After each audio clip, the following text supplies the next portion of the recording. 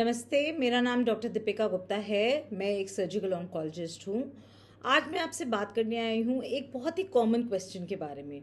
जब भी मैं किसी पेशेंट को देखती हूँ और उनको कोई गांठ होती है, उनको बायोप्सी एडवाइस करती हूँ, हमेशा उनकी तरफ से दो डाउट्स आते हैं, जिसमें एक होता है कि ऐसा तो नहीं है कि बायोप्सी करने से अगर ये कैंसर है तो फैल जाएगा, और दूसरा कि ऐसा क्यों नहीं कि हम डायरेक्टली सर्जरी कर दें और बायोप्सी के लिए स्पेसिमेन को बाद में भेजें।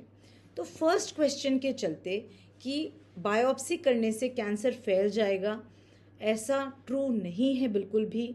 मोस्ट कैंसर्स का ट्रीटमेंट बायोप्सी करने के बाद ही डिसाइड होता है कि ये किस पर्टिकुलर टाइप का कैंसर है, किस पर्टिकुलर ट्रीटमेंट से रिस्पॉन्स देगा, सर्जरी कौन सी सर्जरी, कीमोथेरेपी, साथ में कोई और एक्स्ट्रा इंजेक्शंस देने की ज़रूरत है या नहीं।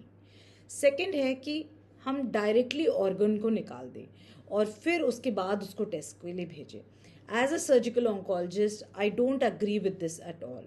ऐसा इसलिए है क्योंकि बीमारी के लिए सर्जरी जो कि कैंसर नहीं है और कैंसर के लिए सर्जरी में कुछ मेन फ़र्क होते हैं।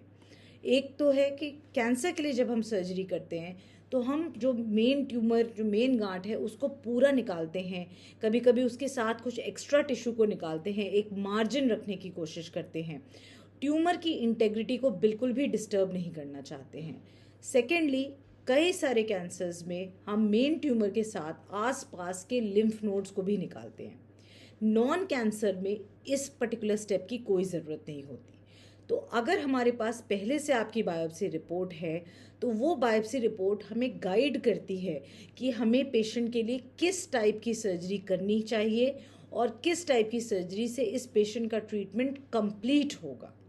इसलिए अगर आपके डॉक्टर, आपके कैंसर सर्जन या आपके मेडिकल ऑन्कोलॉजिस्ट आपको बताते हैं कि पहले बायोप्सी करिए, तो घबराइए नहीं और बेझिझक बायोप्सी के लिए आगे बढ़िए। Thank you.